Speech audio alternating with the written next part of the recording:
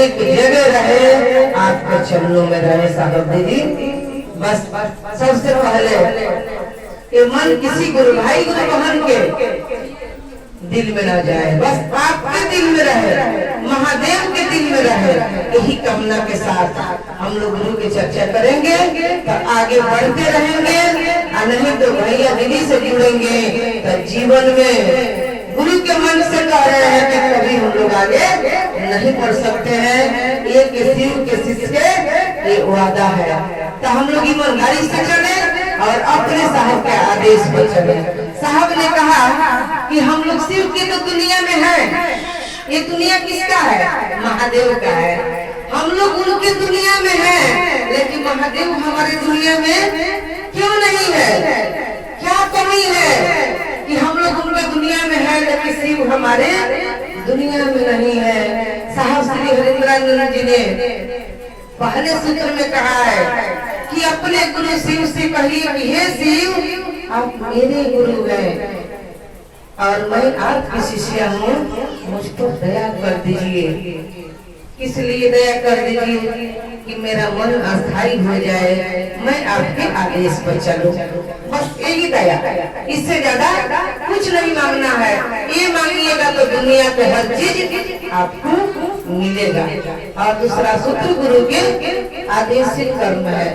साहब ने जो कहा है 3 सूत्र, 4 सूत्र साहब ने नहीं कहा है, 3 सूत्र पर हम लोग को चलना है। दया चर्चा प्रणाम, और तीसरा सूत्र में गुरु के चरण में प्रणाम करना है।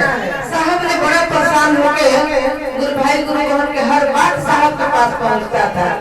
एक बार साहब ने महादेव से कहा कि मैं खता करूं और तू बख्शा कर, मैं खता करूं और तू बख्शा करे, ये रोज की झगड़ा ठीक नहीं। देखिए महादेव से कह रहे हैं साहब कि मैं बार बार गलती करता हूँ और आप माफ करते हैं, ये काम ठीक नहीं है। मैं खता करूँ और तू बख्शा करे, ये रोज की झगड़ा ठीक नहीं है।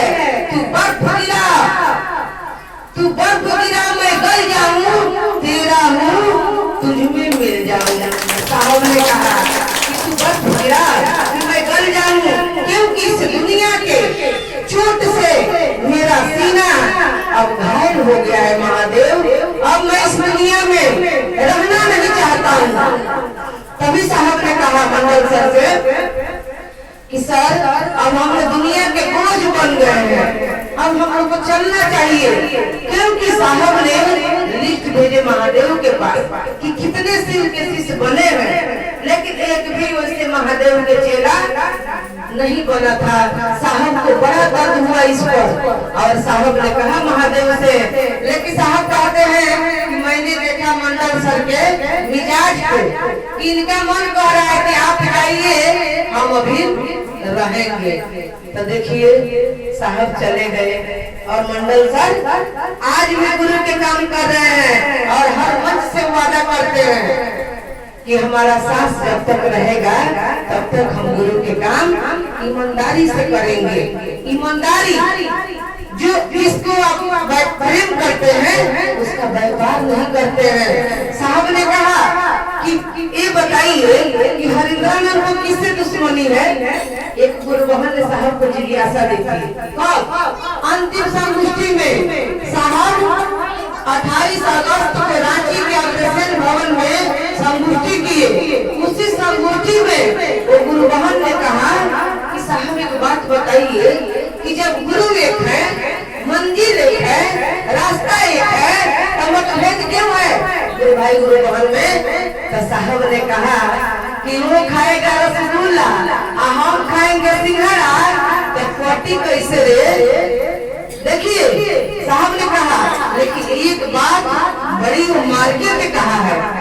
साहब ने कहा इसने ये जिज्ञासा भेजी है, एक बात बड़ी मार्का के कहा है कि गुरु एक है, मंजिल एक है, हम लोग का रास्ता एक है, तब मतभेद क्यों है?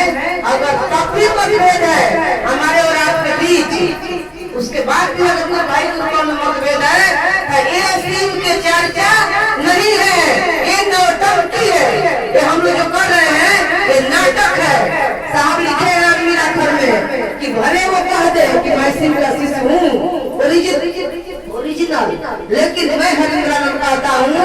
वो शिव का शिष्य नहीं है, वो नौटंकी करता है।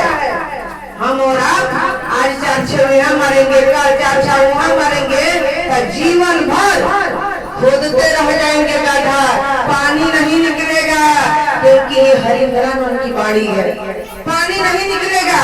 अगर वही गड्ढा एक जगह खोदिए, देखिए किसी न किसी दिन पानी जरूर निकलेगा। तो हम लोग क्या करते हैं, यहाँ कभी यहाँ खोदते हैं, कभी वहाँ खोदते हैं, इसी में 70 साल का जीवन है। और निकल जाएगा और हम लोग एक दिन सांस निकल जाएगी और चले जाएंगे। लेकिन मैं शिव के शिष्या आज इस मंच से कहती हूँ, आप लोग अभी अहंकार से नहीं कह रही हूँ, दर्द से, कि जब से जुड़ी हूँ साहब तब से आपके आदेश पर चल रही हूँ और एक जगह अस्थायी हूँ। आज तक कोई नहीं कह सकता है कि विमल गुरु बहन को भी इस यहाँ से छोड़कर कभी वहाँ गई है, ना कभी जाएंगे, भले मंच की चर्चा छोड़ देंगे, लेकिन अपने साहब के आदेश नहीं छोड़ेंगे। जब तक सांस रहेगा तब तक इसी तरह चलते रहेंगे। अगर आप सचमुच में चलिएगा ईमानदारी से, कोई माई के लाल ऐसा नहीं है जो आपको भटका दे और आपको रोक दे। इसको आप आजमा के देख लीजिएगा।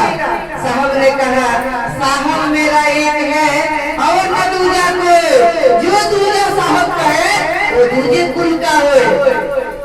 कबीरदास ने कहा, साहब है रंगरेज की चुनरी पूरी रंग डाली।